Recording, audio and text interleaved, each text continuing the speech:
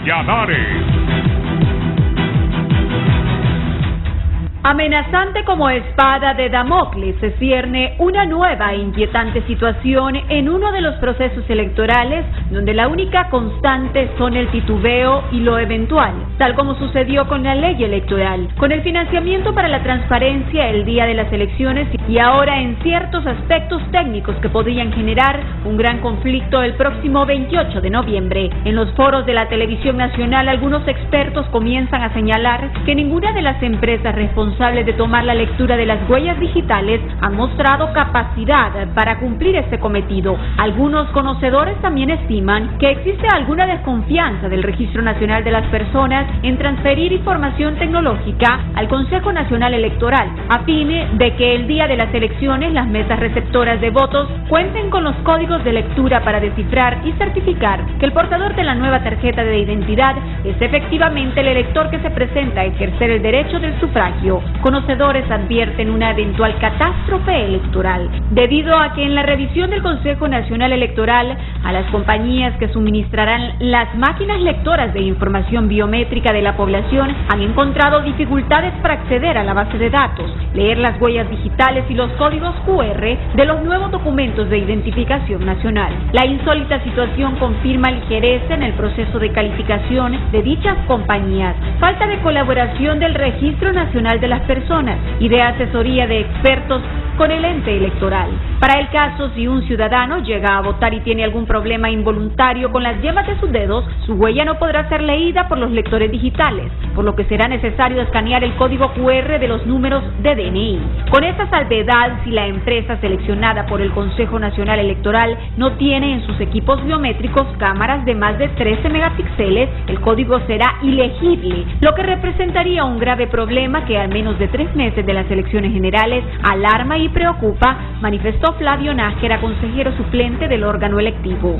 Otros analistas van más allá al sostener que el inconveniente no son las cámaras de los equipos biométricos, sino que aparentemente el Registro Nacional de las Personas, alegando asuntos de seguridad nacional, no quiere proveer la clave para desencriptar los códigos QR del nuevo documento nacional de identidad, desarrollado a partir del proyecto Identifícate que gestiona la entidad registral con apoyo del Programa de las Naciones Unidas para el Desarrollo. Al respecto, el director del Instituto Holandés para la Democracia Multipartidaria en Honduras, Luis León, afirmó que todos nos debemos esforzar en celebrar unos comicios transparentes el 28 de noviembre, pero para ello nos tenemos que esforzar todos. Y no solo hablamos del Consejo Nacional Electoral, sino de los partidos, sociedad civil, academia, sector privado e iglesias, que tenemos que buscar un proceso electoral que en realidad no solvente esta crisis que venimos arrastrando desde el golpe de Estado, aseveró León. Legalmente, la campaña proselitista, con cerca de 40.000 aspirantes para presidente, designados, diputados, alcaldes y regidores, arrancó este 30 de agosto en busca del voto entre unos 5 millones de hondureños aptos para ejercer el sufragio en un contexto sanitario que no obvia la amenazante presencia de la pandemia del COVID-19 que desde marzo del año pasado afecta al país.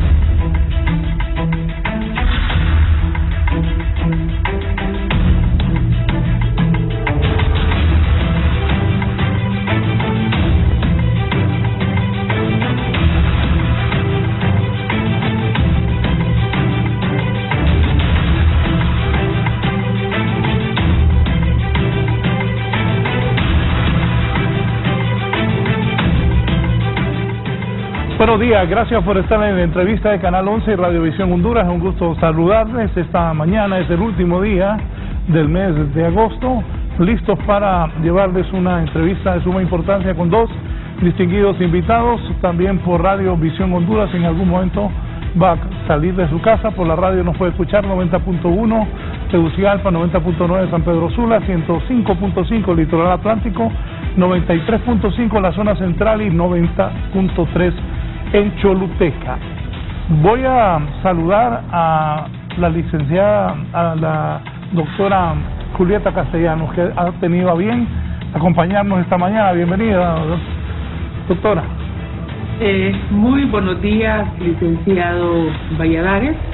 Buenos días también a al señor Luis León, con quien vamos a compartir este espacio. Un gusto saludarles y estar con la audiencia de Canal 11 en un tema que tiene atrapado a los hondureños en esta temporada preelectoral, máxime cuando ahora ya comenzó oficialmente la campaña el día de ayer. Así que gracias por la invitación a poder plantear reflexiones y puntos de vista sobre este tema. Bienvenida la exrectora Julieta Castellanos. Don Luis León, director del Instituto Holandés para la Democracia. Bienvenido, don Luis. Muy buenos días, Raúl. Buenos días a la distancia de la doctora Castellanos. Un gusto estar nuevamente aquí. Y efectivamente, dialogar sobre este tema que nos tiene entrampados, preocupados, como decía la exrectora, y que realmente necesitamos analizar a profundidad, pues este proceso electoral va a ser un proceso electoral bastante típico. Sí, gracias por estar aquí. Yo tengo días de estar diciendo de las falencias en el Registro Nacional de las Personas, que todavía siguen sin entregar las identidades. Y muchas personas me dicen, Raúl, yo no tengo la identidad, y nos prometieron otras cosas. Vamos a hablar de estos y otras dificultades que hay.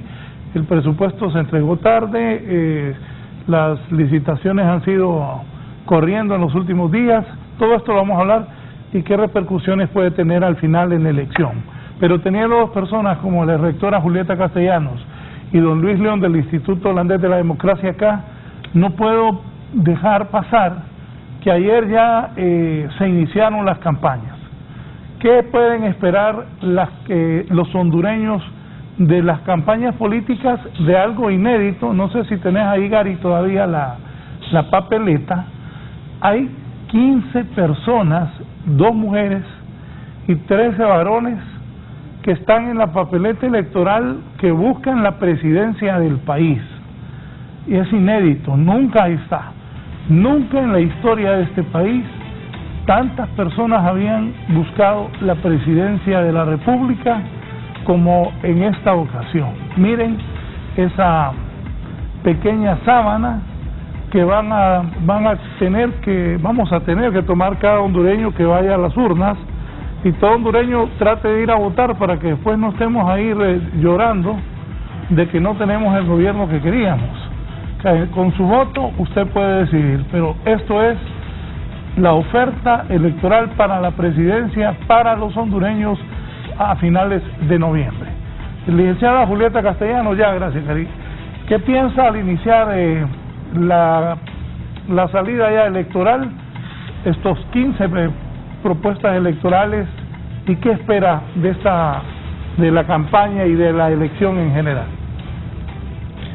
Bueno, creo que estas elecciones y esta amplia oferta electoral puede analizarse desde la perspectiva técnica y manejo gerencial tanto del proceso electoral como del día de las elecciones, pero también puede analizarse desde la perspectiva de las ofertas electorales y de la estrategia electoral de los partidos políticos. Desde la perspectiva técnica será una elección muy compleja, y esa complejidad va a tener que ver comenzando con los tiempos, o el tiempo que el elector va a tener que dedicar para poder seleccionar, sobre todo la papeleta de diputados, que es muy amplia, y también probablemente no tenga tantos problemas con la papeleta para la oferta de presidentes. Son 15 y son bastantes, y si vemos, hay los 4 partidos que tendrán más votos, pues ya tienen prácticamente un voto duro. Hay un amplio margen de todavía personas que probablemente no se han decidido, pero lo harán de aquí a noviembre. Sin embargo, creo que técnicamente hay que calcular cuánto tiempo va a requerir una persona para poder llevar a cabo todo su proceso de selección, sobre todo en aquellos departamentos como Francisco Morazán, Cortés, que tienen 20, 23 diputados, y otros que andan con un poco más, donde el tiempo serán obviamente menores. eso es la parte técnica, y luego la segunda parte, que va a ser realmente el registro y contar los votos. Fundamentalmente el voto para diputados va a ser muy complejo tener esos datos, y creo que ahí va a estar realmente la gran disyuntiva, porque los partidos políticos van a querer tener un respaldo parlamentario amplio para poder tomar decisiones, y van a estar ahí pendientes de ese voto, y también por todos los precedentes de las elecciones hondureñas, donde hay muchas dudas, hay muchos diputados que plantean que perdieron ya en Tegucigalpa una vez que llegaron las actas, o que perdieron en la contada, etcétera. Entonces todo ese proceso del manejo técnico es importante. Por otro lado, la papeleta presidencial, que ha sido su consulta específica, creo que la gran dispersión del voto presidencial va a perjudicar a la oposición, porque todo el que esté en contra del gobierno del presidente Hernández, todo ese sector de oposición, que puede ser muy grande, puede ser mayoría, pero una vez que tiene 14 candidatos para elegir, puede dispersar muchísimo su voto, y eso realmente a quien va a favorecer es al partido que hoy gobierna. Entonces creo que puede ser una estrategia del partido que gobierna, pero también son intereses de personas, muy particularmente intereses personales, que han llevado a esta gran dispersión del voto presidencial. Y creo que no hubo la suficiente visión de largo alcance como para una amplia alianza que pudiera concentrar el voto. Esta dispersión del voto, si lo vemos, a quien beneficia es al Partido Nacional, porque el voto se va a distribuir entre el Partido Liberal, el Partido Libre, la UNO, que concentra el Partido Salvador de Honduras, el Partido PINU, Unidad, Innovación y Unidad, y luego los sectores independientes. Ahí vemos que hay partidos que le van a restar votos a Libre, creo yo, ¿verdad? Creo que o candidaturas independientes. Hay dos candidaturas independientes para presidente que van a estar restándole voto a Libre, porque ideológicamente son muy cercanos los candidatos con la posición de Libre. Hay otros partidos que pueden concentrar el voto o que le pueden quitar votos al partido liberal, porque igual pueden tener otras, no eran votos liberales duros, sino que era un voto que podía votar liberal dependiendo de la propuesta, de los candidatos, etcétera, pero que su voto lo ha movido en todas estas elecciones. Y hay otros que va a depender del desempeño del candidato del Partido Salvador de Honduras. Creo que don Salvador, si mantiene esa confrontación, si mantiene esa posición a veces errática de sus planteamientos y de sus adhesiones, en ese sentido el voto puede vacilar y puede irse a otro candidato independiente o a otro partido menor, o no votar sencillamente. Entonces creo en esencia que esa gran dispersión del voto solo perjudica a la oposición al no haber tenido la visión y el esfuerzo de una amplia alianza con una buena propuesta que fuera capaz de atraer a ese altísimo porcentaje que todavía el día de hoy no tiene, certeza siquiera si va a ir a las elecciones, porque no ve una oferta o unos candidatos que le convenzan. Muchas gracias. No, gracias a usted, y totalmente de acuerdo, especialmente en ese caso.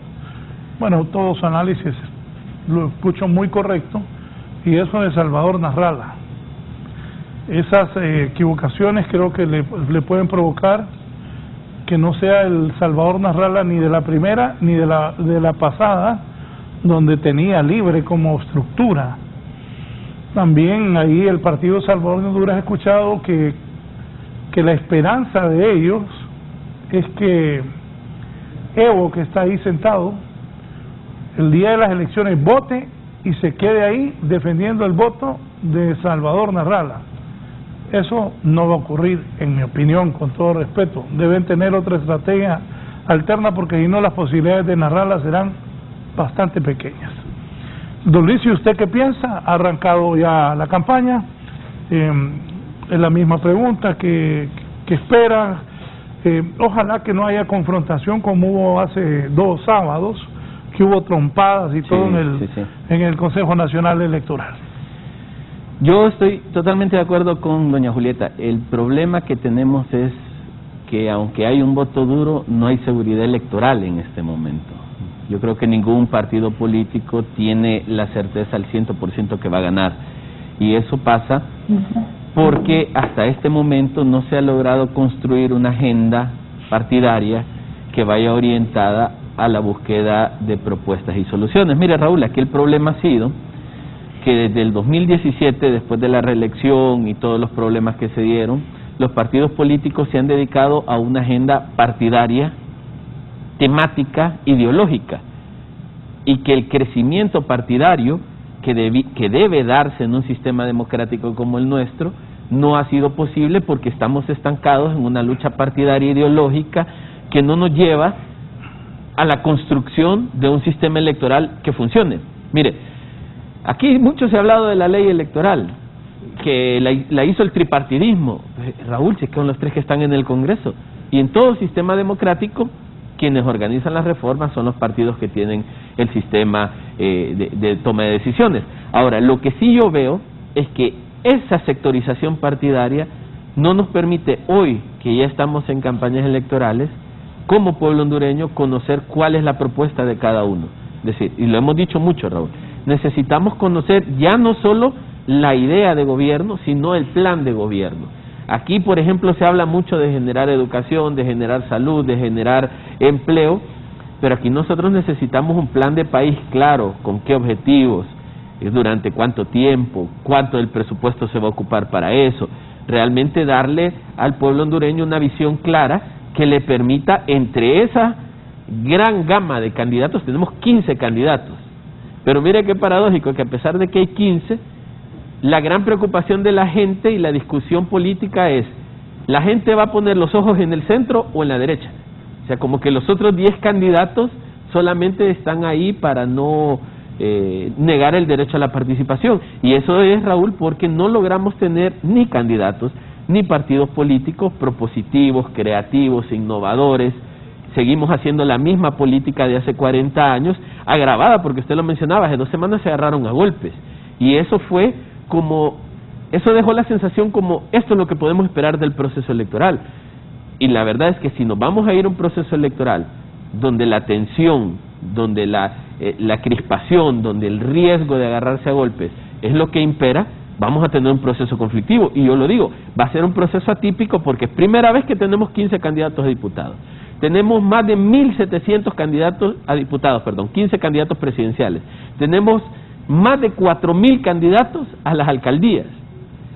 Tenemos los diputados del Parlamento Centroamericano. Estamos hablando de una gran gama de candidatos y hasta ahora, pues ya empezaron las campañas. Esperemos que esa gran gama nos dé la oportunidad de elegir gentes con visión y con claridad. Ahora, la preocupación en general es que el sistema electoral no logre darnos respuesta el día de las elecciones. Yo creo que esa es la mayor crispación, más allá que los partidos políticos tengan una agenda, que ahí está, que tienen un interés, que ahí está, que tienen una visión personalizada, que también está ahí.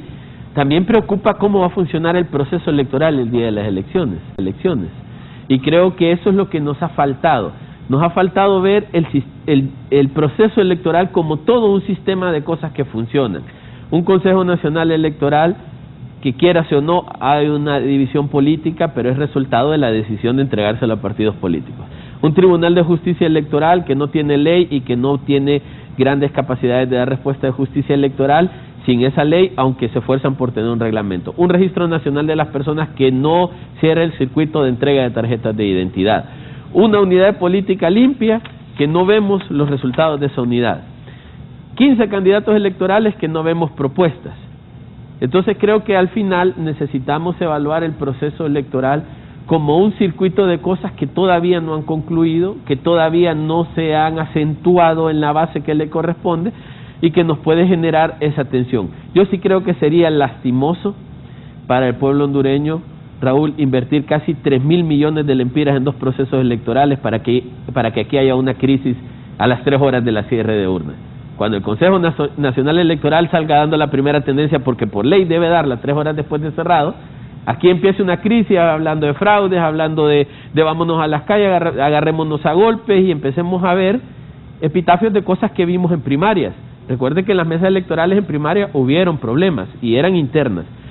Entonces aquí la preocupación sería que al dar la primera tendencia se nos genere una crisis, que el Consejo Nacional Electoral no lo maneje de manera correcta, que no podamos darle certeza a la gente que ese resultado que se está dando es confiable, porque al final se nos cae todo un esfuerzo que no ha sido fácil.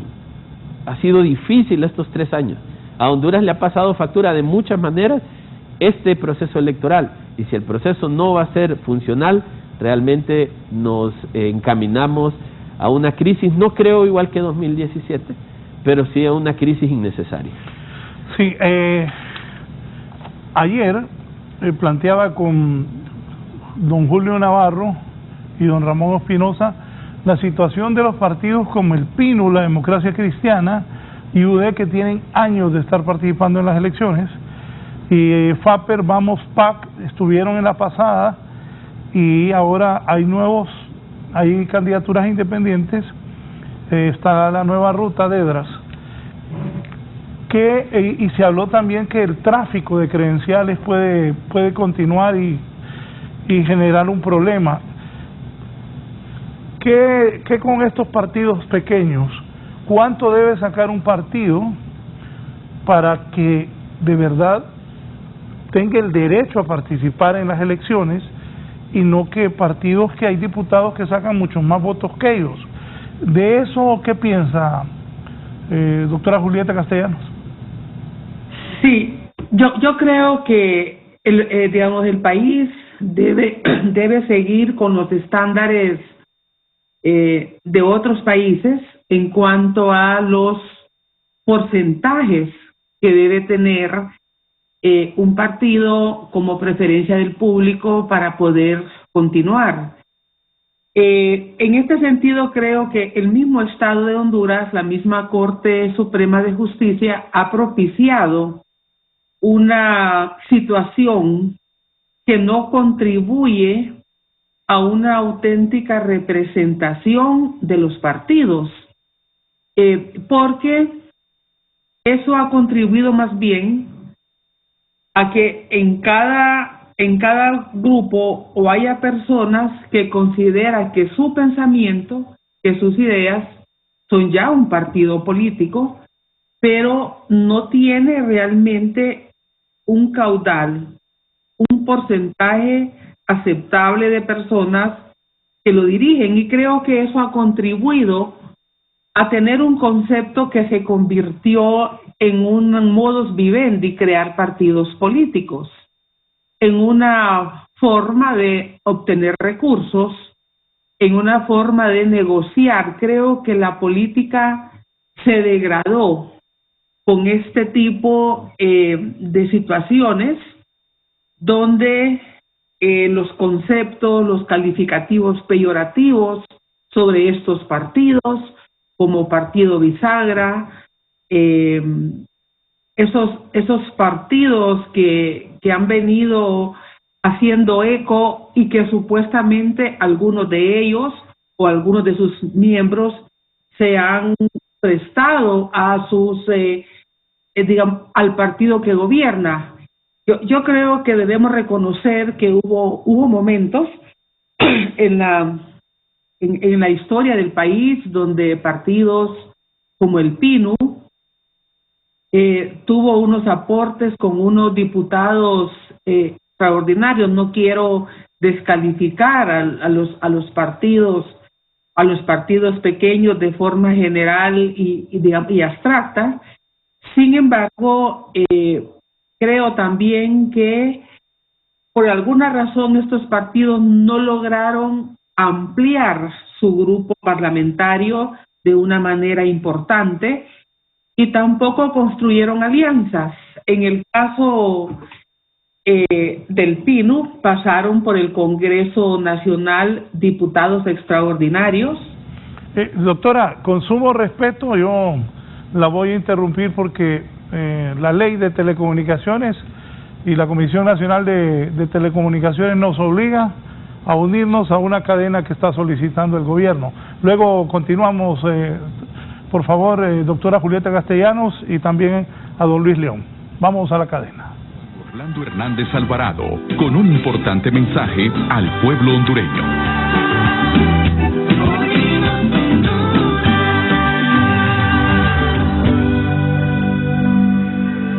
Compatriotas, la vacuna salva vidas, pero también nos ayuda a cuidar la salud y a salvar empleos, a reactivar la economía y a hacerlo más rápido. El gobierno ha hecho un enorme esfuerzo que ya está dando resultados para tener suficientes vacunas para todos, tanto compradas con fondos de los hondureños como donadas gracias a los contactos bilaterales y multilaterales que hemos logrado afianzar con países amigos y con organismos internacionales como COVAX. Son 5.7 millones de dosis en el país, algunas ya colocadas en los ciudadanos y otros en espera de ser segundas dosis. Pero necesitamos que todos tengamos la conciencia del peligro que todavía enfrentamos. Nuevas cepas, más mortales y de mayor capacidad de contagio ya están en el territorio nacional. Tener la vacuna a disposición y no vacunarse es un atentado contra uno mismo y contra sus familiares, contra nuestros amigos. El me hubiera vacunado resulta ya muy tarde cuando estamos en una unidad de cuidados intensivos, no digamos cuando hemos perdido la vida. No esperemos a ese momento para darnos cuenta que la vacuna salva vidas. Por favor, vacúnese. Hay que reconocerlo. Desgraciadamente hay sectores que han querido politizar la vacuna y con sus mensajes negativos han desinformado a muchos para no vacunarse, poniendo así en peligro la vida de miles de hondureños. Por favor, no se deje malinformar. Otros, por sus propias creencias, dicen no a la vacuna, pero yo les pido, reflexionen, miren el mundo, cuántos millones de personas ya se vacunaron, miren los hospitales, los que más graves están o los que pierden la vida son los que no se han vacunado. Por favor, vacúnese. Esa gente que desinforma son los mismos que decían que íbamos a estar 11 años vacunando y ya tenemos más de la mitad de personas protegidas. Se opusieron en el Congreso Nacional a que el país pudiera comprar vacunas directamente de los laboratorios, pero también criticaron que las recibíamos gratis, es decir, no querían ni una opción ni la otra. Dijeron que no eran ciertos los contratos con Sputnik V y con Pfizer, pero ya esas vacunas nos ayudaron a proteger a 1 millón de hondureños. Nos criticaron también por confiar en COVAX y ya hemos recibido más de 3 millones de dosis sin que les cueste un centavo al pueblo hondureño. Después, lamentablemente, enviaron mensajes que confundieron a miles de compatriotas que ahora no quieren vacunarse, además de otros que por propia decisión no lo han hecho. Yo les pido a estos últimos reflexionen. Es una pena la responsabilidad de algunos sectores que al desinformar le puede costar la vida a muchos hondureños. Pese a todo, ya hemos logrado vacunar a más de 4 millones de hondureños. Eso es más de la mitad de los 7 millones que es nuestra meta. Tenemos ya 1.3 millones de ciudadanos con segunda dosis, es decir, 25% de nuestro objetivo inicial. Es un muy buen número en tan poco tiempo de estar vacunando. Pero nos preocupa que cada vez las filas de personas buscando la vacuna se hacen más cortas. Nos preocupa que las mujeres embarazadas no se vacunen. Por favor, cuiden a sus bebés, vacúnense. Los vacunatones han ayudado enormemente. Solo el fin de semana logramos colocar en Francisco Morazán cerca de 130,000 dosis. De ellos, más de 104,000 personas lograron completar su cuadro de vacunas y otras 25,000 con primera dosis. Sin embargo, según datos de la Secretaría de Salud, hay más de 10,000 personas en Francisco Morazán que les tocaba su segunda dosis esta semana y no llegaron a aplicársela. No tener su cuadro completo de vacunas, tarde o temprano, queda completamente a merced de la pandemia. Por favor, mensaje para estos 10,000 compatriotas: aplíquense su segunda dosis cuanto antes, después puede ser muy tarde. El haber iniciado a vacunar en centros comerciales, estadios, en iglesias, ha sido muy positivo. Es una práctica que vamos a llevar a todas las ciudades y pronto iremos de comunidad en comunidad. Una buena noticia es que en septiembre comenzamos a vacunar a jóvenes de entre 15 a 17 años en todo el país. A manera de piloto, ya en algunas ciudades hemos vacunado a menores de 18 años. Pero estamos en capacidad de comenzar a proteger a nuestros hijos y nuestros nietos. ¿A qué nos ayuda esto? A comenzar en más centros educativos las clases semipresenciales y presenciales. Recuerde, vacuna no solamente salva vidas, cuida su salud, salva su empleo, su negocio y también ayuda a reanudar las clases presenciales o semipresenciales más rápido. En los lugares donde hay más alto porcentaje de vacunación, como por ejemplo en las zonas turísticas, las actividades normales se reanudan más rápidamente. La gente recupera sus ingresos, los niños comienzan a ir a sus escuelas y la vida se reanuda con una nueva normalidad. Para los más de 4 millones de hondureños que ya se vacunaron, recuerde, aunque tenga ya su segunda dosis, necesitamos continuar con las medidas de bioseguridad. El uso de la mascarilla, lavado de manos con agua y jabón, o gel con alcohol y distanciamiento físico. Vacuna más cuidado igual protección.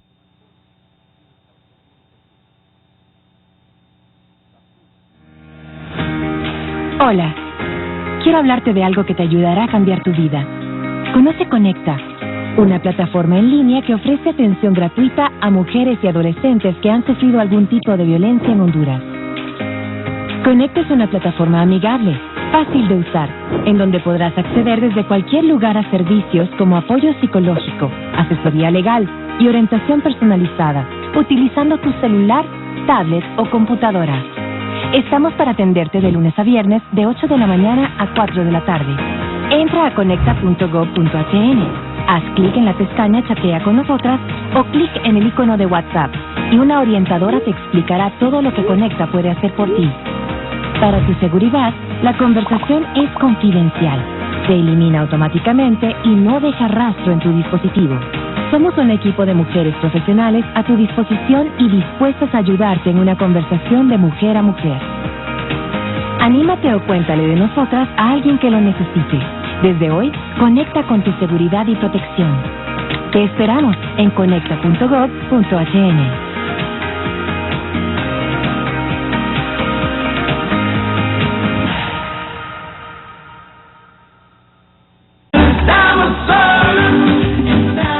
Las estaciones de radio, televisión y sistemas de cable pueden continuar con su programación habitual. Muchas gracias. Ya volvemos con más de la entrevista con Raúl Valladares. Con Raúl Valladares.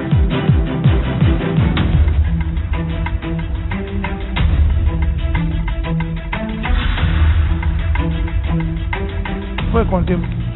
Bien, luego de la cadena nacional hablábamos de los partidos pequeños y estoy de acuerdo en lo que decía el PINU. La Democracia Cristiana y la UD en sus momentos han tenido en años anteriores diputados importantes que aportaban mucho al foro legislativo hondureño. Doctora, por favor, retomando lo que estaba hablando luego de la cadena. Sí, muchas gracias. Muy brevemente, creo que de los tres partidos, el Pino ha sido el que se ha mantenido más distanciado del gobierno. No ha hecho equipo parlamentario con el Partido Nacional. En cambio, la UD y la Democracia Cristiana sí han hecho equipo parlamentario y esto le restó muchísimo voto, porque cuando un partido como estos, que se supone que es una opción, se parece al partido que gobierna, entonces prácticamente que su existencia se vuelve innecesaria porque no se convierte en una opción. Los otros partidos que han estado más recientemente, digamos, incorporados al legislativo, pues ha sido algo muy parecido.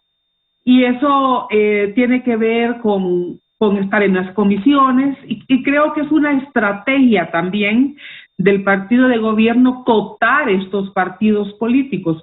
Por un lado, lo debilita porque al tener un comportamiento, estos partidos recientes, muy parecido al partido de gobierno, pues no crecen, no se convierten en una opción, pero al mismo tiempo los coopta. Son partidos que sin lugar a duda, digamos, al votar con el partido, digamos, de gobierno, son los que reciben prebendas, sus diputados probablemente sean los que reciben subsidios para poder entregar en las campañas, y todo esto entonces se va viendo. Ellos también van aprendiendo que para estar, y voy a usar una palabra probablemente inapropiada, pero no encuentro otra, para estar en el negocio hay que estar cerca del poder. Si no se está cerca del poder, si no se está con el poder, pues no le dan la palabra, no reciben subsidios, no reciben apoyo. Entonces, creo que todo eso es lo que ha hecho que la gente entienda que votar por esos partidos no tiene sentido, porque son lo mismo o se parecen mucho a lo mismo. Entonces, de ahí entonces el interés del partido de gobierno de mantener con vida a esos partidos políticos, y cuando van a la Corte Suprema de Justicia, vemos que admiten los amparos, que le resuelven favorablemente. Eso pasó en elecciones anteriores con partidos que no habían obtenido el porcentaje de votos necesario para seguir, y se fueron a la Corte, y la Corte les admitió el recurso y los volvió a instalar. Y ahora pues igual estamos viendo ese proceso con las papeletas electorales, que ha venido a generar más incertidumbre de la que ya se tiene, no solamente en el componente de corruptela, sino en la misma administración de la mesa electoral. Hemos escuchado personas que tienen conocimiento en el tema que plantean lo imposible que haya 15 representantes propietarios y 15 suplentes en una mesa donde pueden haber lo más 5 personas. Entonces, sí se complica muchísimo, pero creo que es la estrategia del partido de gobierno de estar oxigenando a estos partidos políticos, porque con ellos hace quórum, con ellos vota, y lo vimos en esta última sesión en el Congreso Nacional. No se hizo presente el Partido Liberal porque había dicho que no estaría más en sesiones virtuales, y tampoco se hizo presente Libre, pero el partido de gobierno logró los votos que necesitaba para hacer quórum y para hacer.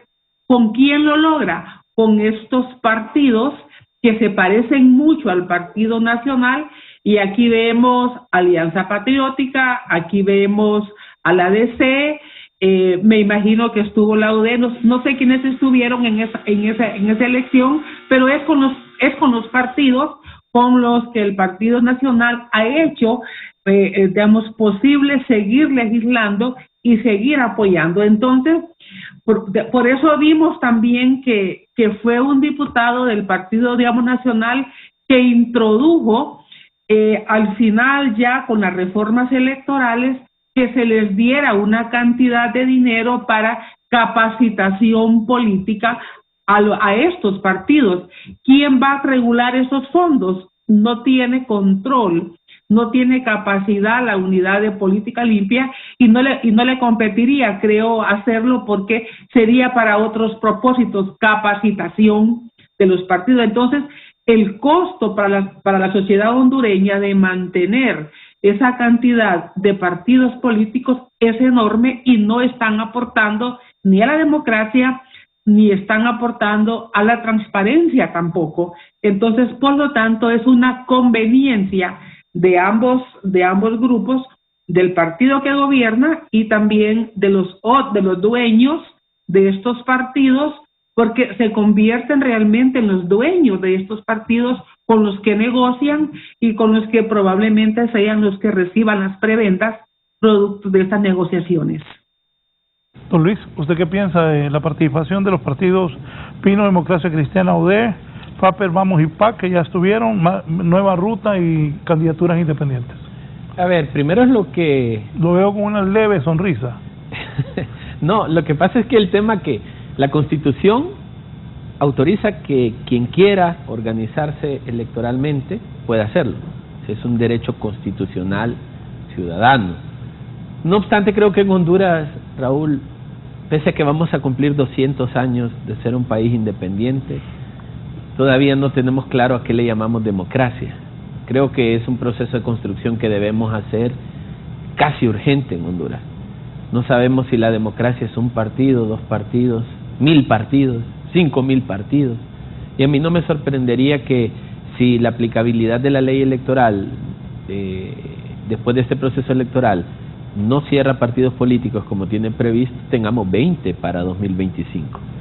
Y podemos llegar a los estadios que llegó Guatemala en algún momento, 26 partidos políticos. Como dijo la doctora Castellanos y mucha gente, de repente alguien cree que ese pues es un modus vivendi, ¿no? Bueno, es que la deuda política siempre ha sido una oportunidad de obtener recursos. En 2017 un partido que sacó 3,000 votos se llevó 9 millones de lempiras, divida 9 millones en 4 años y usted tiene cerca de 1,5 millones a 2 millones disponibles anualmente. Si usted mete esos 9 millones a una cuenta bancaria, de los intereses usted vive mensualmente. Entonces, claro, sí es una oportunidad de obtención de recursos. Lo que creo que deberíamos considerar es realmente la efectividad de los partidos políticos. Un partido político está creado o diseñado para aglutinar grupos de personas, para empujar una agenda electoral y para hacer espacios de inclusión y de incidencia política en caso de que no se gane un proceso electoral. Y mire, esto es importante, Raúl, los partidos políticos son diseñados para participar en espacios democráticos y procesos electorales. Pero aquí los partidos solo se diseñan para participar en las elecciones. Entonces yo creo que deberíamos nosotros replantear la necesidad de la proliferación de partidos políticos pensando si esto es representativo. Porque usando los datos de 2017 del Consejo Nacional Electoral, de los 13 partidos políticos que participaron, quedaron 9 partidos políticos. De los 12 partidos políticos que participaron, los otros 9 solo obtuvieron 60,000 votos entre todos. O sea, es lo que decía usted, no cumplen ni sumados el umbral. Entonces yo creo que es ahí donde deberíamos nosotros trabajar sobre la base de lo que deberíamos llamar representatividad electoral y lo que deberíamos de llamar partidos políticos. A mí me parece que este es un proceso de construcción que tampoco queremos hacer. Raúl, parece que nuestras leyes no están diseñadas para hacer estos análisis. Parece que nuestras leyes no están diseñadas para tener medidas de control, porque mire, en esta nueva ley electoral se planteó que el partido que no cumpliera el umbral, lo cerraban, el partido que no cumpliera el umbral y no sacaba diputados, lo cerraban, de ahí le sumaron el diputado al Parlacén votado, se cerraba, y entonces resulta que parecía que esta ley iba a cerrar un montón de partidos políticos, y la mayor parte de los partidos emergentes estaban poniendo recursos de inconstitucionalidad a la ley, diciendo que estaban excluidos. De ahí dijeron la deuda política, valor voto. Ya no le vamos a dar el 2% del partido más votado a nivel presidencial, sino que le vamos a dar le vamos a dar el valor voto a 39.50. Entonces un partido que sacó 9 millones en 2017 en lempiras, esta vez se llevaría 170.000, 180.000 lempiras. Pero le dan vuelta después en una reforma a la reforma y ponen que hay que sacar el 10% del partido más votado para dárselo a los partidos emergentes para capacitación. Entonces básicamente un partido, aunque cierre, se va a llevar 8 o 9 millones de lempiras. Entonces yo creo que al final la ley tampoco permite tener medidas de control efectivas, y creo que eso es lo que deberíamos replantearnos como sociedad.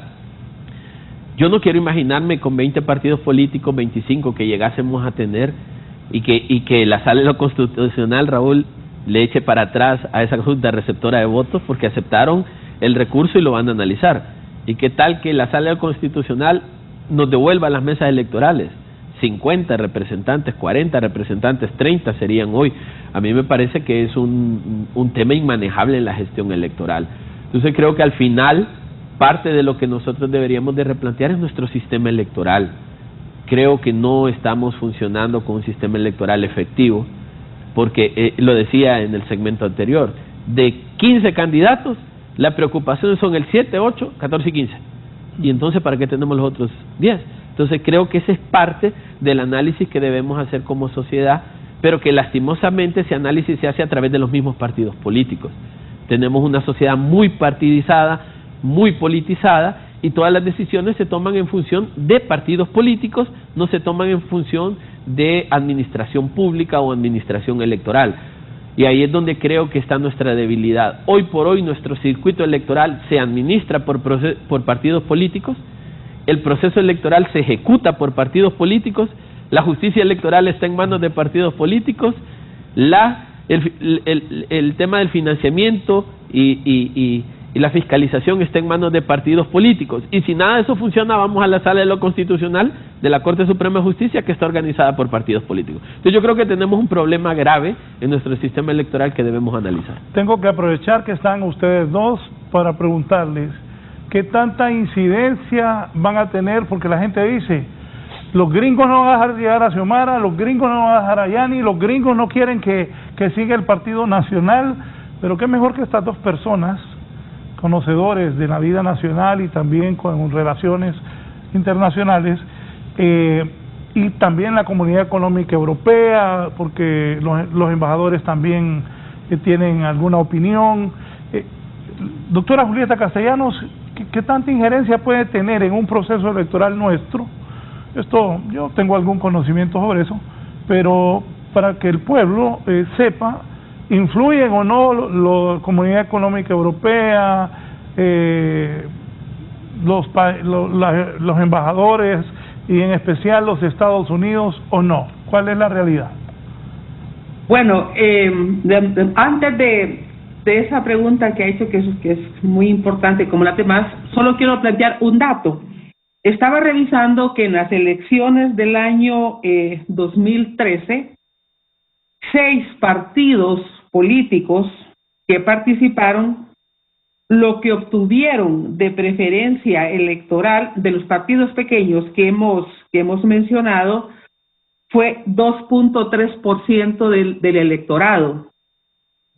Y el otro 97% se concentró en 3 partidos políticos porque ya estaba libre, en 4 porque también participó el PAC. Y en el 2017, 7 grupos, que participaron, obtuvieron el 2.9%. O sea, lo que habría que ver es, en este caso, si se le puede llamar partido político a un grupo que no atrae ni al 0.6 o 7% del padrón electoral, o de los que participan en las elecciones, ni siquiera del padrón electoral. Entonces creo que eso sí habría que revisarlo. Y yo no creo que eso sea atentar contra derecho de personas de organizarse, si tienen derecho a organizarse. Pero para ser un partido político y para recibir fondos del Estado, tendrían que demostrar que son una fuerza que representan a un porcentaje de personas que lo definirá pues órgano competente. Sobre su pregunta, licenciado Valladares, mire, Centroamérica está complicada y muy complicado para Estados Unidos. Yo creo que se le ha complicado mucho más ahora con el tema de Afganistán, porque si bien es cierto, la administración actual en Estados Unidos quiere demostrar éxitos en el tema migratorio, el fracaso en Afganistán lo obliga mucho más a tener éxitos en su política interna y en su política exterior sobre el tema migratorio, y en ese caso va a estar Centroamérica. Ya hemos visto que el día de ayer el gobierno de México ha dicho que van a detener a los migrantes que vayan que pasen por su país, independientemente del país de procedencia, porque no solo pasan centroamericanos. Si vemos en el caso de Centroamérica, Honduras es un país que le crea muchos problemas a Estados Unidos. Los problemas que le crea a Honduras tienen que ver con la migración, entre otros, tiene que ver con la migración, porque en su concepto, y eso es real, si vemos las caravanas tienen un protagonismo desde Honduras, y eso lo tenemos desde el año 2018 de una manera muy clara. No conocemos un movimiento de caravanas en otros países, aunque en el trayecto se van juntando salvadoreños, guatemaltecos y de otros países. Y en este sentido, ese es un problema que vamos a ir viendo, probablemente endurecimiento de la política de Estados Unidos, y Honduras le crea otro problema bastante fuerte a Estados Unidos, y es el tema del tráfico de drogas, el tema del crimen organizado. Esos dos grandes problemas no se los crea Nicaragua. Nosotros no vemos que en Nicaragua se hagan incautaciones de drogas como lo hace en Honduras, y eso yo creo que ha sido un tema con el cual Estados Unidos se ha desentendido de Nicaragua, pese a los problemas por la democracia que tiene ese país. Y también vemos cómo Ortega no le preocupa, no es su preocupación estar tomando, digamos, decisiones antidemocráticas, autoritarias, dictatoriales, cuando encarcela a los candidatos, cuando expulsa a ONGs nacionales, internacionales, etcétera. Uno dice, ¿por qué Ortega no le preocupa eso? Porque ellos, creo yo, que están conscientes que no están creándole los problemas que les crea de Honduras a Estados Unidos, y uno, como le digo, son dos problemas grandes: la migración, que le choca con una posición republicana muy, muy fuerte, que tiene la mirada puesta en el gobierno de Estados Unidos actual, y que dice, bueno, ¿qué va a pasar con la migración? Van a seguir llegando, se va a llenar la frontera sur de Estados Unidos, etcétera. Entonces, no hay el mismo interés aparentemente del gobierno de Estados Unidos en Honduras que en Nicaragua. Y eso nos parece bastante claro. Con el gobierno de El Salvador, nosotros vemos al presidente Bukele también con unas decisiones desafiantes. A algo se está teniendo El Salvador, porque pareciera que ya perdió también el control de Estados Unidos, El Salvador. Ya con su acercamiento con China, Bukele no tuvo ningún reparo, ningún inconveniente. Y vemos también en el caso con Guatemala, la oligarquía, o mejor dicho, los grupos de poder, la oligarquía, la burguesía guatemalteca siempre ha sido muy fuerte, la más fuerte probablemente de Centroamérica, y desafiante a Estados Unidos. Hay que recordar cuando el gobierno de Carter tenía una política muy clara sobre derechos humanos y no le vendía armas al gobierno de Guatemala por su violación a derechos humanos, por las masacres campesinas. ¿Cuál fue la respuesta del gobierno de Guatemala? La toma de la embajada de España y la muerte, digamos, quemados, incluyendo la familia de doña Rigoberta Menchú, de 43 personas. Digamos, y en este momento estamos viendo también una actitud muy desafiante. Para el caso, se fue la MASIC, Estados Unidos, digamos, protestó, reclamó, hizo comentarios, la lista Engels. ¿Cuál es la respuesta a la lista Engels que hace Guatemala? Cancela al fiscal que estaba llevando la lucha contra la impunidad. Entonces, digamos, estamos viendo ese panorama en Centroamérica. Honduras, entonces, que es su pregunta, ¿cómo está Honduras? Frente a un proceso electoral, ¿tiene capacidad Honduras para desafiar al gobierno de Estados Unidos como lo ha hecho Bukele, como lo hace Guatemala o como lo hace Ortega? No creo. Estados Unidos no tiene, Honduras nunca ha tenido esa, ni la actitud, ni su burguesía tiene la fortaleza, ni el gobierno tiene esa fuerza, y la ha tenido, y creo que hay muchos elementos que se conjugan en eso. Entonces, si Estados Unidos tiene un interlocutor en el Triángulo Norte, ese podría ser Honduras.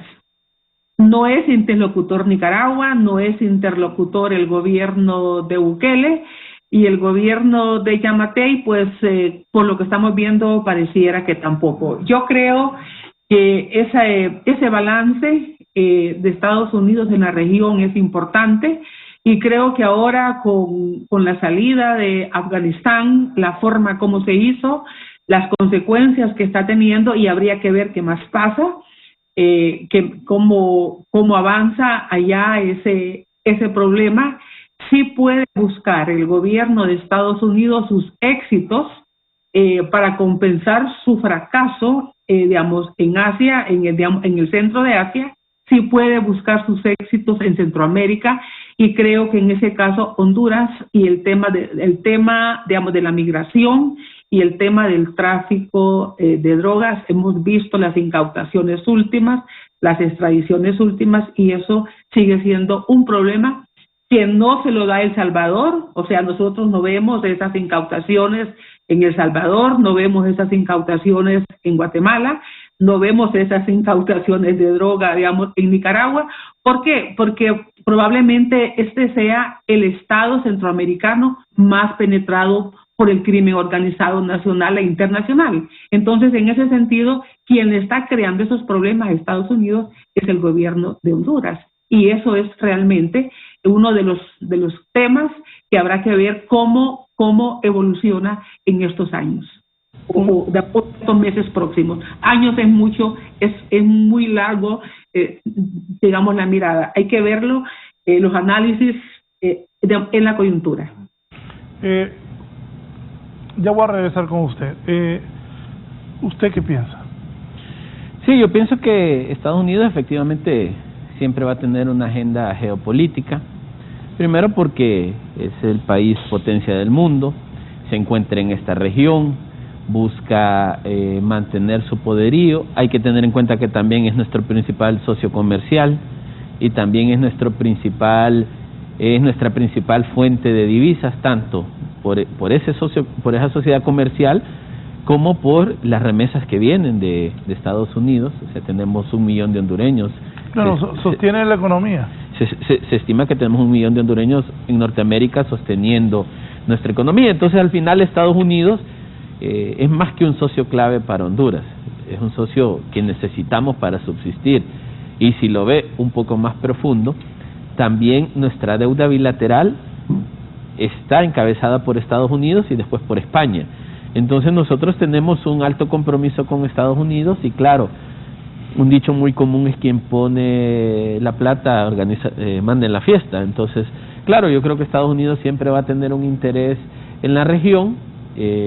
Cuando la región se sale de esas líneas de interés hay incomodidades, pero no estoy tan seguro, Raúl, de que Estados Unidos también defina al final la presidencia de Honduras. Sí creo que puede hacer una presión importante, sobre todo por mantener un país como el nuestro estable. Honduras, aparte de que es un país donde el 80% de la droga de América del Sur pasa, la inestabilidad política también afecta directamente, y lo decía doña Julieta, porque a medida nuestro país tiene más inestabilidad, a medida nuestro país tiene más conflictividad interna, mayor migración. Y Estados Unidos ya no aguanta la migración. Ya Estados Unidos llegó al límite de lo que puede tolerar de la migración de la región, aunque es un país construido por migrantes. Entonces yo lo que creo es que Estados Unidos tratará de incidir en que se sostenga nuestra endeble democracia, en que se sostenga nuestra endeble estabilidad, y sobre todo que no se nos magnifique un conflicto que de una u otra manera le pega a ellos. Si tenemos conflictos económicos, no le pagamos la deuda. Si tenemos conflictos que se traducen en baja productividad, no le suplimos lo que producimos. Comúnmente le mandamos al norteamericano sus postres, bananas, sandías, melones, pero no se los enviamos. Y si revienta un conflicto alto en Honduras, van caravanas de migrantes hacia allá. Entonces yo creo que al final ellos sí jugarán un rol geopolítico, pero no estoy totalmente seguro de decisión. Sí creo que de presión, y lo vimos con la ley electoral, Raúl. Aquí no había aprobación de ley electoral. Se nos fue 2018, 2019, íbamos por mayo de 2021. No es que no tenían intención. Ajá. Pero vino el enviado de Estados Unidos y le dijo al Congreso, tienen que aprobar esa ley, y ese día estaba la convocatoria, 4 días después estaba aprobada. Entonces, claro que tienen un peso importante y eso no lo podemos ocultar. Ahora, ¿qué rol jugará? Espero que sea un rol estabilizador. Yo recuerdo que cuando en la última elección estábamos transmitiendo, y en eso vi vi que pasó la señora Fulton por allá. Entonces le marqué a don Mel Zelaya y le dije, bueno, el presidente, le digo, ya perdieron. Acabo de ver a la Fulton que entró. A los 10 minutos la señora salió. Mira la sonrisa de la doctora. A los 10 minutos la señora salió al parque con David Matamoros, ya estuvo. Se acabó. Se acabó. Y mi pregunta es concreta a los dos. ¿Están preocupados los norteamericanos si Libre alcanza la presidencia del país a través de doña Xiomara? ¿Qué tan cierto es que ellos van a tratar de evitar que Libre gane las elecciones? Porque, como bien lo explica los dos panelistas, Bukele ya se les reveló, Ortega no les para bola, Yamatei está emproblemado, y a doña Xiomara anunció que ella va a hacer lo mismo que Bukele, irse con China comunista. Sí. ¿Cómo visualizan esto los norteamericanos desde su perspectiva, doctora?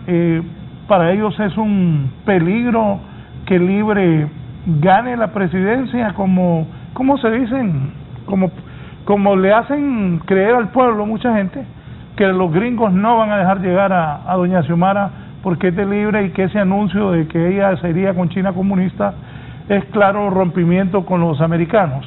Y también tomemos en cuenta las posiciones valientes que me constan que asumió el presidente Zelaya frente a algunas actitudes que tenían los norteamericanos, especialmente el primer embajador Charles Ford.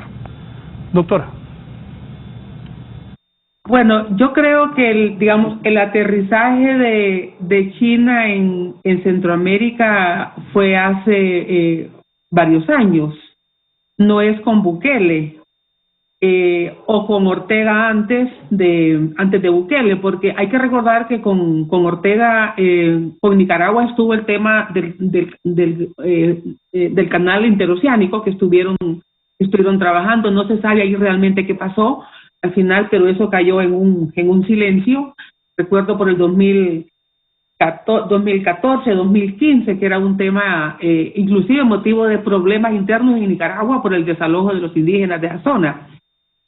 Digamos, China aterriza en Centroamérica, en Costa Rica. Hay que recordar los acercamientos, la construcción del estadio digamos, en Costa Rica, pero yo creo que no es lo mismo que China aterrice en un país con una institucionalidad fuerte como la costarricense, que aterrice en un país con una institucionalidad débil y con regímenes autoritarios.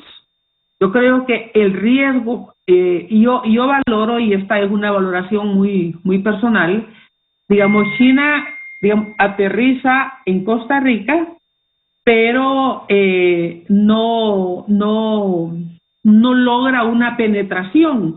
Costa Rica tiene una institucionalidad fuerte y ahí vemos que no impactó en el sistema político ni en el sistema, digamos, de partidos, y probablemente por eso China tampoco mantuvo o extendió o profundizó esa relación. Yo creo que es diferente, digamos, el impacto de un país enorme como es China, con ese inmenso desarrollo y una potencia mundial de esa magnitud, en un país, en un régimen autoritario.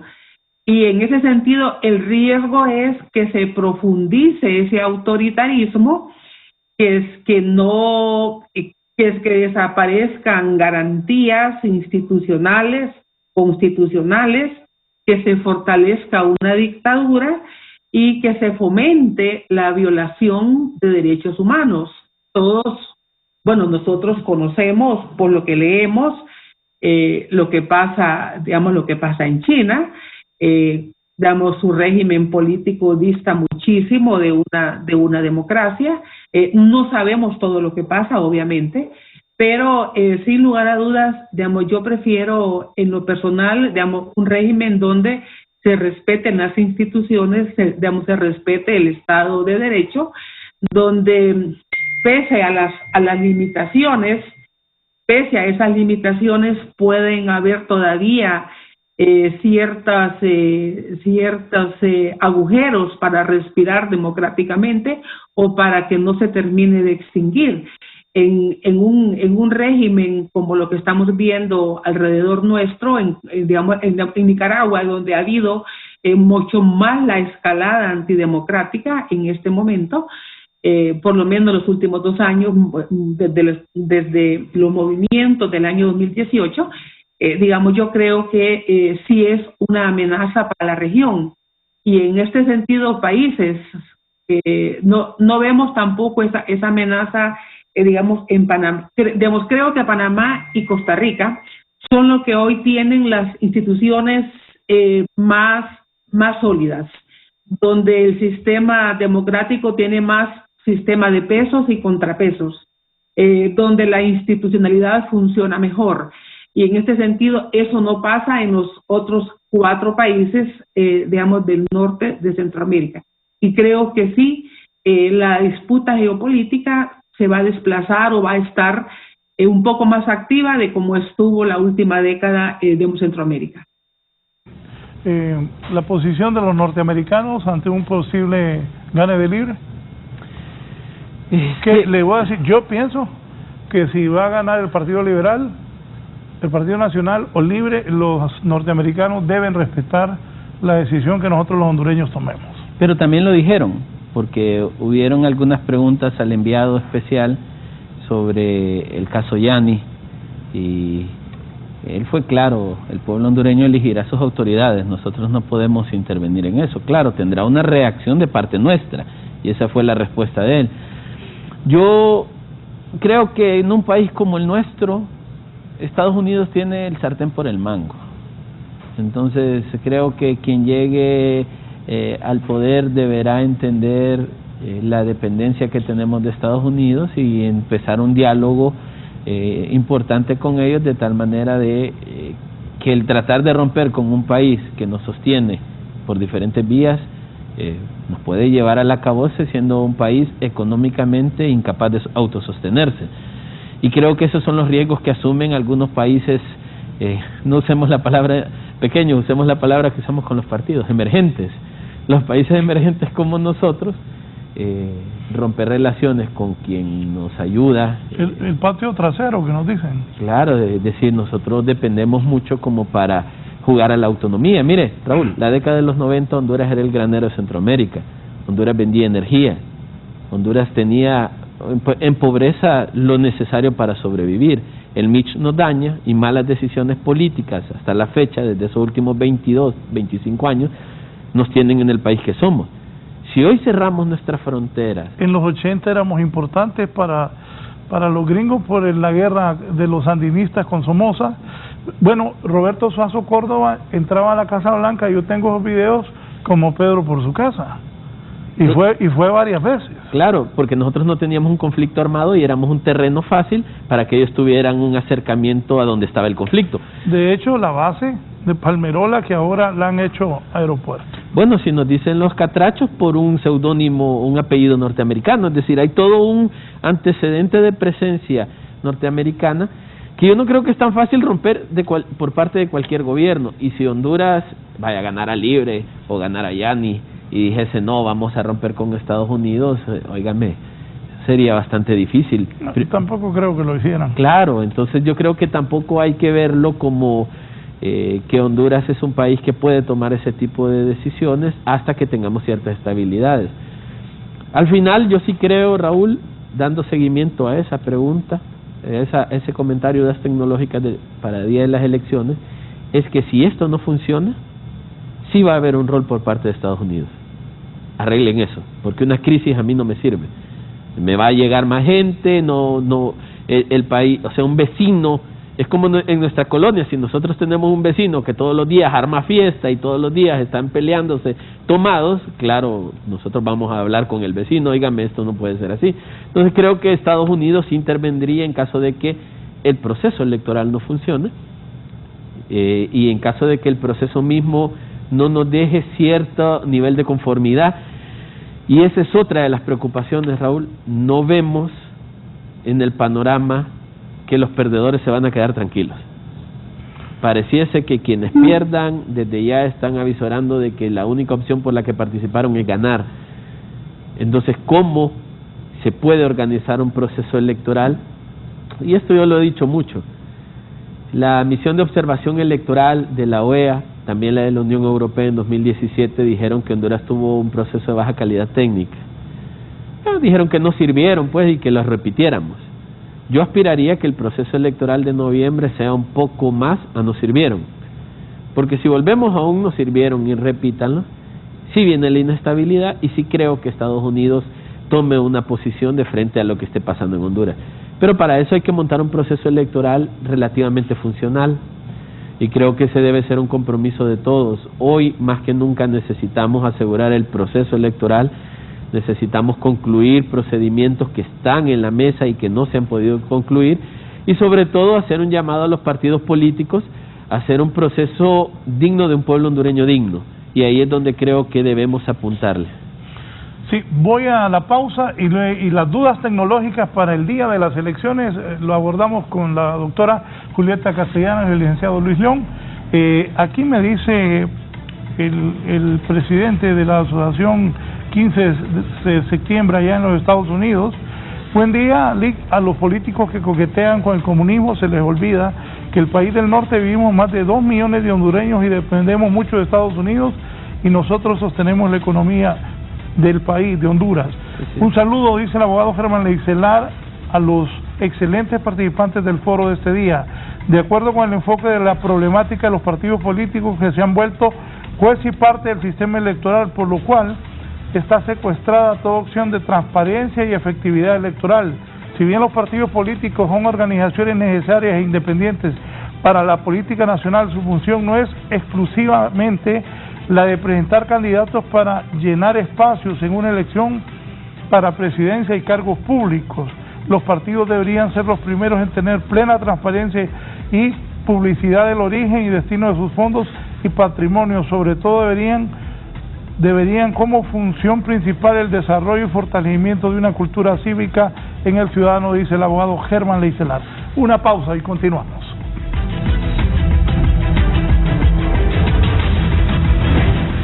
Ya volvemos. Entrevista con Raúl Valladares.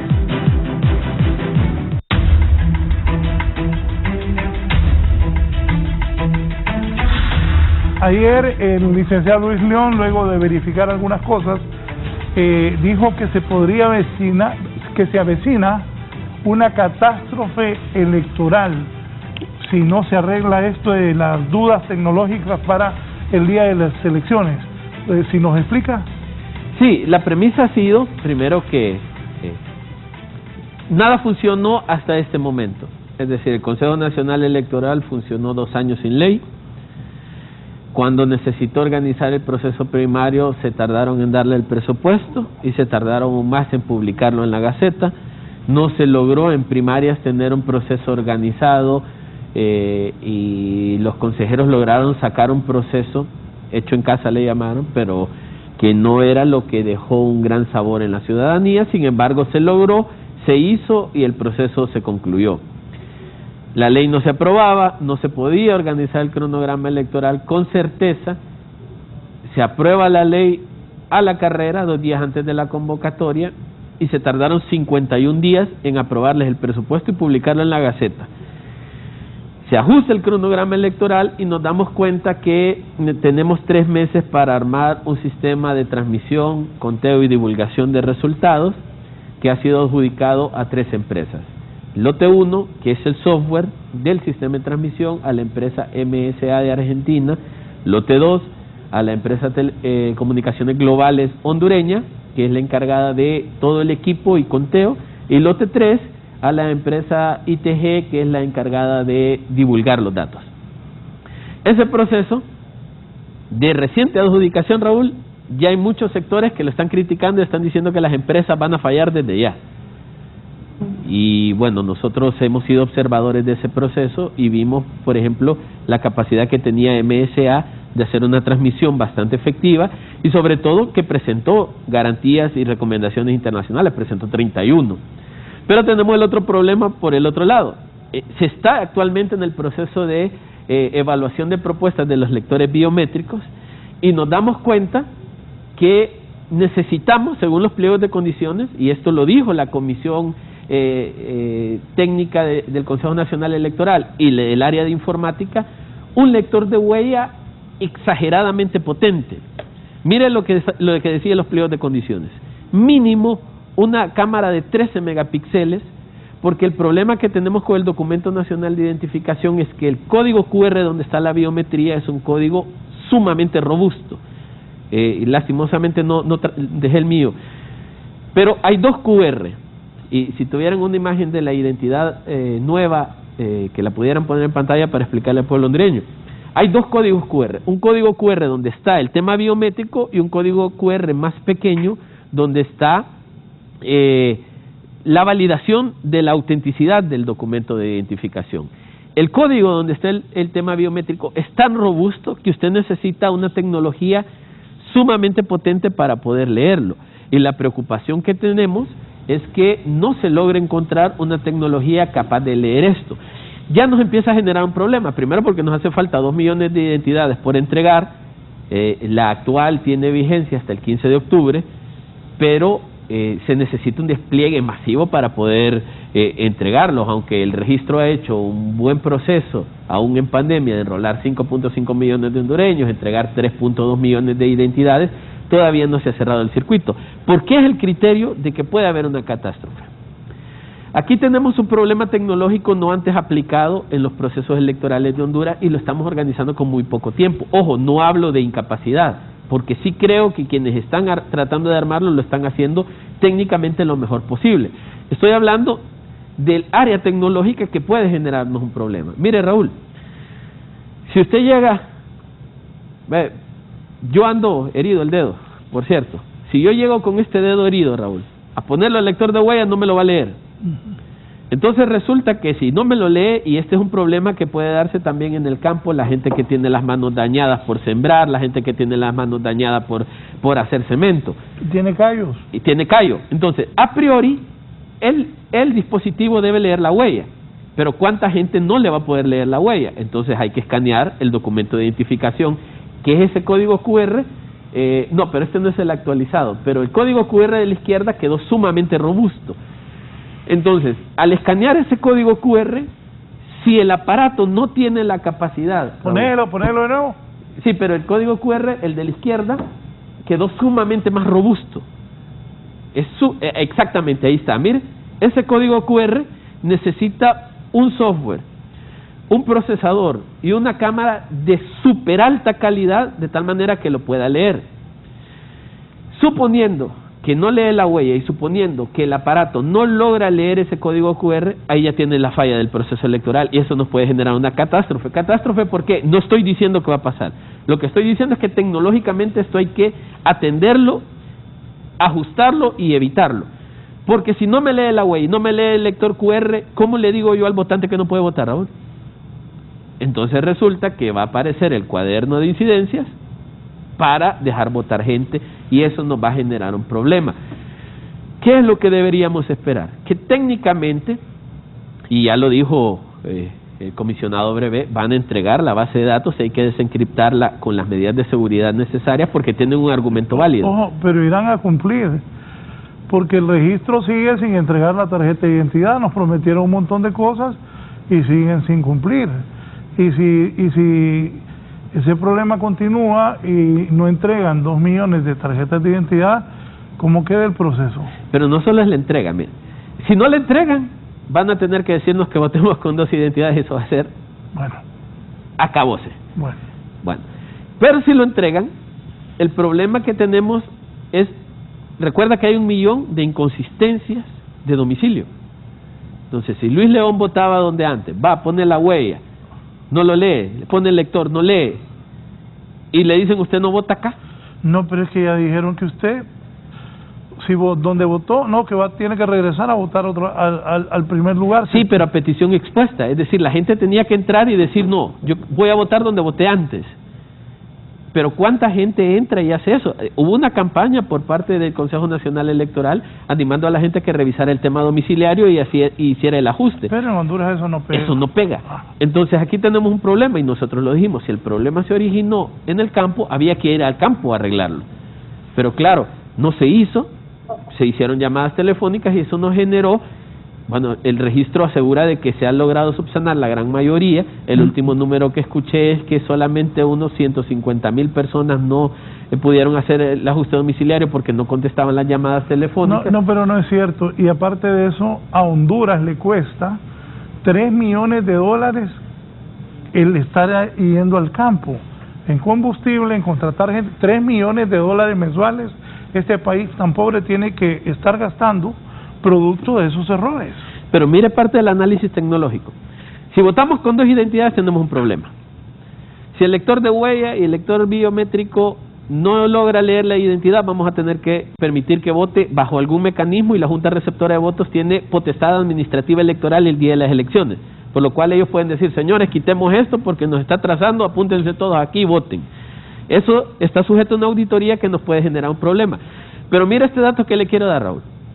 Supongamos en una muestra, entre leer la huella, leer el documento nacional de identificación se tarda 20 segundos por persona.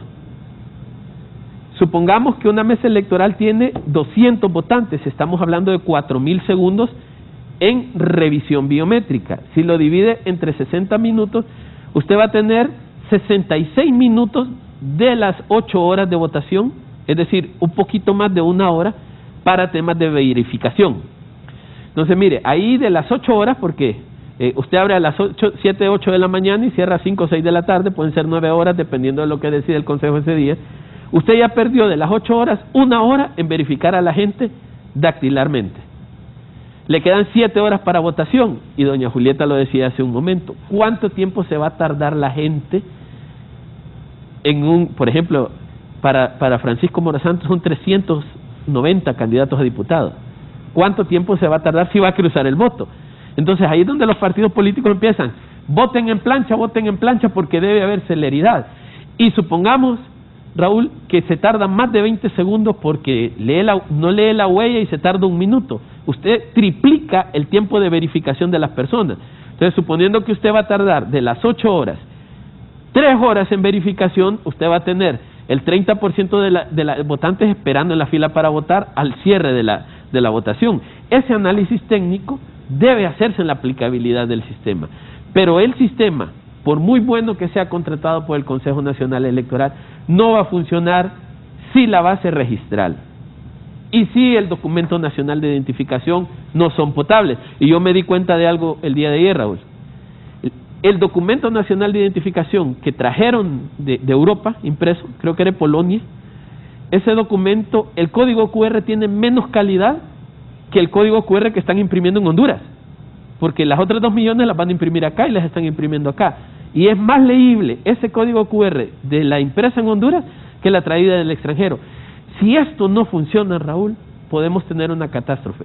Una vez que se caiga el sistema, una vez que una mesa quite los lectores biométricos, aquí se va a hablar de fraude y eso va a ser una catástrofe. Doctora Julieta Castellanos, ¿qué piensa de todo esto?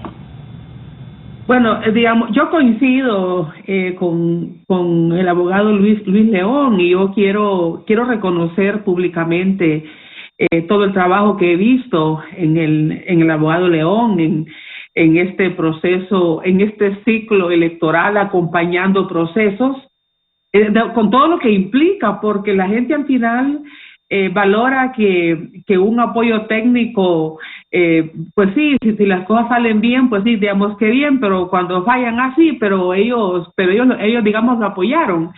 Y en este sentido, por eso casi nadie quiere apostar a acompañar instituciones, porque después la crítica les viene a todos. En lo personal, abogado León, yo lo he visto, sus intervenciones y su acompañamiento de la institución que usted preside, y quiero reconocer ese esfuerzo que están haciendo para tratar de apoyar a que este ciclo electoral tenga resultados realmente que todos deseamos. Yo coincido y creo que, por lo menos cuando he conversado con amigos de otros países que están vinculados a instituciones que organizan procesos electorales, ven bastante desafortunado o muy improcedente que se haga un cambio de tarjeta de identidad en pleno año electoral, y sobre todo con tan poco tiempo, porque eso lleva a las dudas que estamos viendo, las inconsistencias que siempre habrá en un volumen de datos que se procesen. Siempre habrá cosas que no salen correctamente procesadas y hay que hacer correcciones. Entonces, todo acontecimiento que no sale bien por aspectos técnicos ya se asocia que es fraude. O sea, no se procesa como que, bueno, hay alguna inconsistencia imagínense en tantos millones que es el censo electoral, el 1% de las inconsistencias que sea ya son miles. Entonces, en ese sentido, cuando se cambia un documento de identificación en año electoral, se corren los riesgos que estamos corriendo, no procesar correctamente las inconsistencias, no tener el tiempo para hacerlo, y sobre todo ya ese concepto que se siembra en la población de que eso es de manera intencional. Yo creo que sí ha habido también otros temas que son desafortunados, como el hecho de, aprobar los presupuestos con tan poco tiempo. Eso ha sido un tema que uno dice y uno intuye que es porque estaban negociando los grupos parlamentarios, los 3 grupos parlamentarios liberales, nacionalistas y libres, pero probablemente con mucho peso los intereses del Partido Nacional, porque, bueno, es el partido que también suponemos está perdiendo el control del órgano electoral, porque antes habían 3 magistrados, pero el representante del partido emergente, pues sabíamos que hacía alianza con ellos. Entonces, todo es llevar los tiempos al mínimo, digamos, al margen más pequeño de maniobra.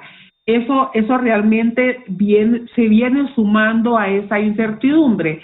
El hecho de que no tenga digamos, que el país tenga esos déficits tecnológicos. En el caso, yo no voy a opinar sobre el código de barras o el código QR que digamos que ha opinado el abogado León, porque no tengo esos conocimientos. Pero sí debo decirles que yo viví la experiencia en la universidad de la matrícula en línea y todo el problema de la caída del sistema. Digamos, solo es que los estudiantes que no estaban programados para que entraran ese día a ver su matrícula, entraran los hermanos y entraran los primos porque andaban buscando cupos, y ya teníamos que el sistema colapsaba. O sea, el país tiene un déficit tecnológico y sobre todo me preocupa con la transmisión de resultados electorales, que si es por una falla tecnológica realmente justificada, del momento se va a plantear la caída del sistema como se caía en el año 2017, etcétera. Digamos, yo creo que lo más lamentable en el país es que no hay confianza, y esa confianza no se ha construido no por culpa de la gente, sino por culpa de las instituciones. Yo creo que en la medida que las instituciones se ven parcializadas, se ven que en sus decisiones institucionales no miden con los mismos parámetros a todos los partidos políticos. En la medida que esas instituciones no opinan con el mismo rigor ni con la misma contundencia, ni aplican la ley a los partidos políticos. Para el caso, a mí me satisface ver cómo en México el Instituto Nacional Electoral, lo que antes fue el IFE, sanciona inclusive al partido que llevó al poder al presidente López Obrador. Digamos, yo siento satisfacción cuando los partidos y los candidatos dicen, como dijeron en Bolivia, vamos a esperar los resultados del órgano electoral. Y estuvimos viendo cómo en esa elección última de Bolivia, la de este año, los márgenes los márgenes de la victoria del señor Castillo se venían disminuyendo respecto a lo que llegó a tener ya en los últimos días más de 100,000 votos de diferencia con la señora Fujimori, y se vino a menos, vino a 70,000 votos, subía un poco, volvía a disminuir, y los candidatos estuvieron, digamos, con presencia, pero no declarándose ganadores. Entonces, creo que ahí hay un respeto a la institución, pero cuando aquí tenemos candidatos que todos, o los que pueden ganar 2 o 3 o 4, dicen nosotros ganamos, alguien no está diciendo la verdad, porque solo uno puede ganar, y ellos tienen sus propias encuestas, tienen encuestas de sus candidatos. Entonces tienen sus encuestadoras, pero están diciendo a la gente, voy ganando y estamos ganando y hemos ganado, para no bajar los ánimos de la gente, y se lo llegan a creer. Entonces no es posible que en una elección hayan 3 ganadores, y nosotros hemos tenido los que dicen que ganan elecciones donde ganan 3, y después 2 siguen diciendo a mí me robaron las elecciones, y lo siguen diciendo 2. En todo caso, si la roban, se la roban a 1, no se la roban a 2. Entonces, en ese sentido, creo que hay poco compromiso de algunos máximos dirigentes políticos que contribuyen a esta falta de confianza. Y la única forma que las instituciones pueden ganar la confianza es realmente aplicando la ley a todos por igual. Si la unidad de política limpia, investiga a candidatos y ve que se han excedido en el gasto de campaña, pues debería de tomar las acciones. Pero cuando dicen, no, todo está bien, todos cumplieron y todos cumplieron, nadie les cree, porque ¿cómo vamos a creerles que todos cumplieron si en este país la norma o lo más común es que no se quiera cumplir la ley? Entonces, digamos, no sancionan a nadie, no exponen a nadie y andan entregando certificados de que todos son buenos chicos y buenas chicas, buenos políticos, ¿verdad? Y todo estuvo bien. Entonces, no les creen. Nadie les cree. Por favor, actúen legalmente, independientemente de quién sea. Igual con el Consejo Nacional, digamos, Electoral. Cuando nosotros decimos, digamos, nosotros somos muy dados al doble discurso y aceptar las cosas de esa forma. Digamos, la campaña electoral comenzó ayer lunes. ¿Quién se cree eso? ¿Quién cree que la campaña comenzó el lunes?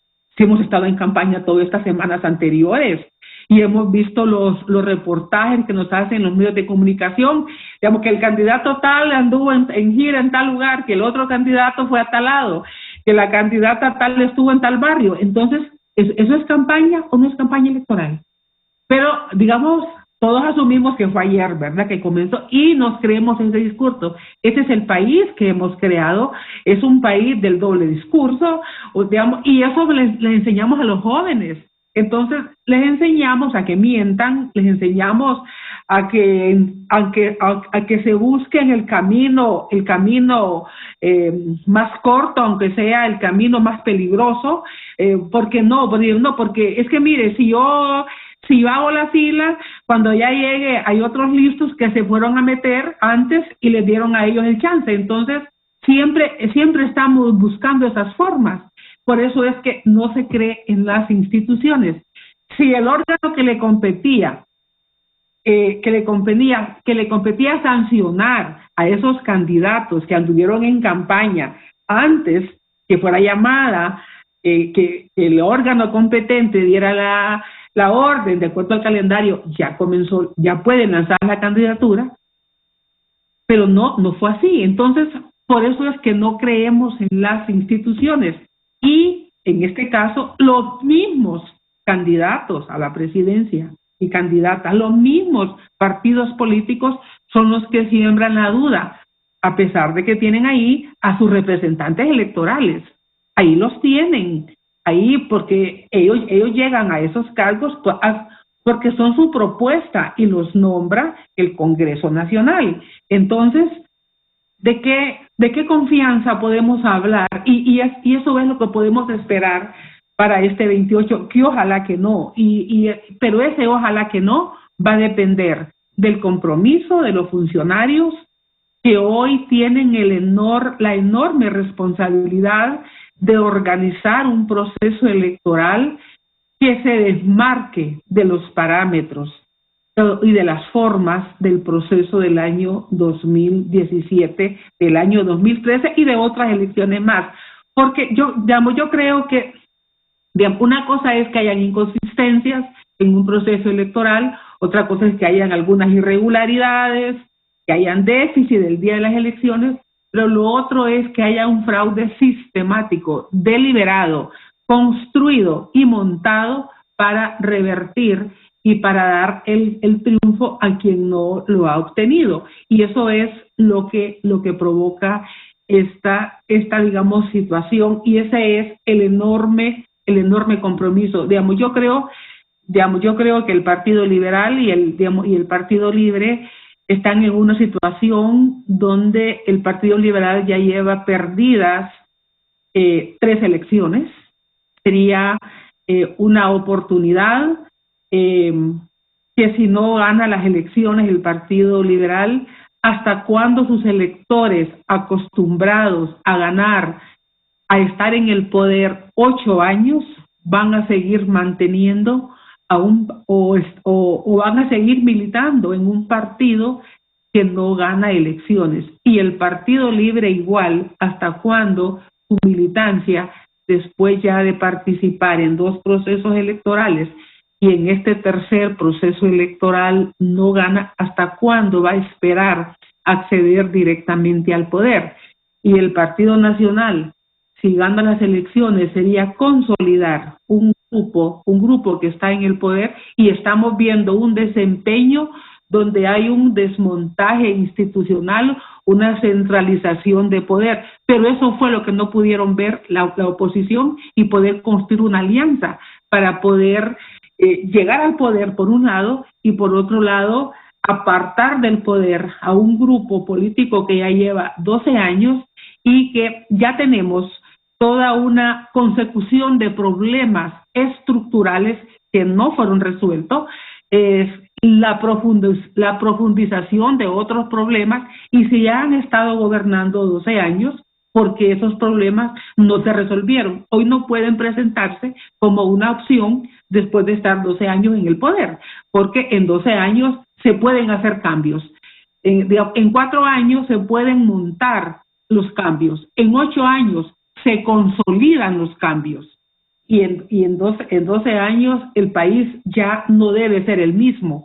Pero en este caso tenemos ya 12 años donde algunos problemas se han agravado, otros han resurgido, y algunos, como la inseguridad, que tuvo una mejoría sustantiva entre el año 2013, 2017, 18 todavía, pero ya el 2018 hubo un estancamiento, 2019 hubo un repunte y vemos que ese repunte continúa. Entonces, en ese sentido, después de 12 años, ¿cuál es la opción? Y eso es lo que la oposición no pudo ver y no pudo construir con tiempo un plan de gobierno y decir con objetividad, aquí estamos y esta es la opción que nosotros proponemos. Si hubiesen construido esta opción, hoy tuviésemos probablemente una tendencia de voto mucho más clara. Y yo coincido con lo que decía el abogado Luis León en este momento.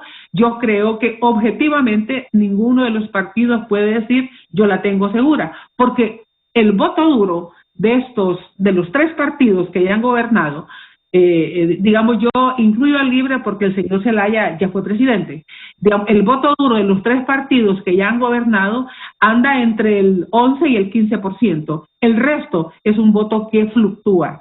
Entonces, la incertidumbre está en que ese voto que fluctúa, no hay una encuesta creíble tampoco al día de hoy de tendencia de voto, porque las encuestas las pagan los políticos, las pagan ellos mismos, y claro, hay otras encuestas que pagan otros sectores que son para ellos, son para ver el dato real.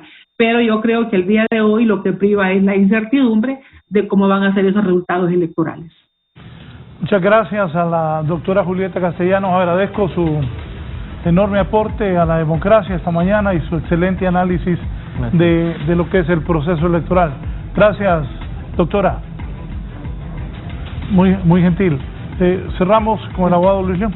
Gracias, Raúl, nuevamente por la invitación. Un saludo y agradecimiento a la rectora Castellanos por reconocimiento a nuestro trabajo. Yo creo que aquí solo quiero acotar un tema en segundos. El sistema de transmisión de resultados preliminares no son los resultados finales. Y como todo sistema, hasta en las empresas e instituciones más potentes del mundo, el sistema se cae Facebook, se cae WhatsApp, ¿no se puede caer un sistema de transmisión de datos electoral? Claro que sí. El pueblo hondureño debe entender que el sistema de transmisión de resultados es preliminar y no final. La declaratoria oficial del Consejo es lo que define el resultado de las elecciones.